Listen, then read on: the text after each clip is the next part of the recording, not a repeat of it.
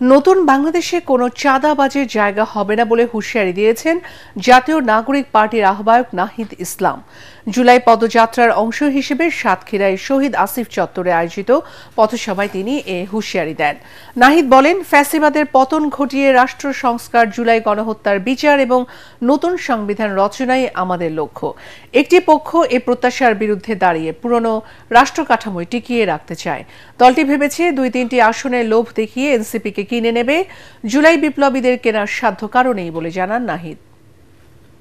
পথসভার আগে শহীদ আসিফ চত্বর এলাকায় জুলাই বিপ্লবে আহত ও নিহতের পরিবারের সদস্যদের সাথে কথা বলেন এনসিপি নেতারা। এর আগে পদযাত্রা আমতলা মোড় থেকে শুরু হয়ে শহীদ আসিফ চত্বরে গিয়ে শেষ হয়।